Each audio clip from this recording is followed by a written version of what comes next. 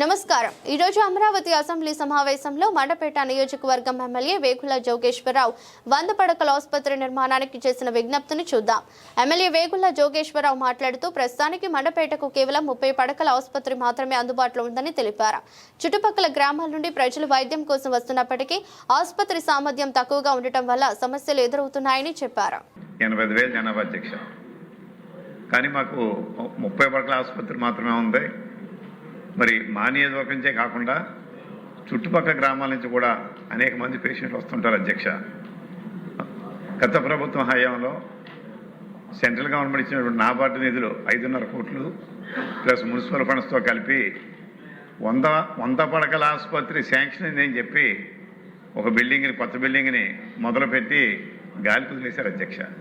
కానీ 100 పడకల శాంక్షన్ ఆ మాట పూర్తి అబద్ధం, సత్యదూరం అధ్యక్ష.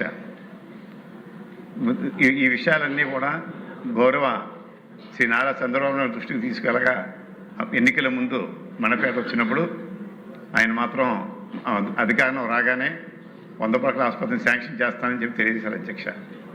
అందుచేత 30 పడకల ఆసుపత్రిని, మా మండపేట ఉన్నటువంటి 30 పడకల ఆసుపత్రిని 100 పడకల ఆసుపత్రిగా శాంక్షన్ చేసి అసంపూర్తిగా ఉన్నటువంటి ఆ భవనాలన్నీ పూర్తి చేయించవలసిందిగాను, మరియు కిడ్నీ బాధితులు ఎక్కువ ఉన్నారు కాబట్టి ఈ యొక్క డయాలసిస్ సెంటర్ కూడా ఏర్పాటు చేయించవలసిందిగా మీ ద్వారా ప్రభుత్వాన్ని కోరుతున్నాను అధ్యక్ష. ధన్యవాదాలు అధ్యక్ష.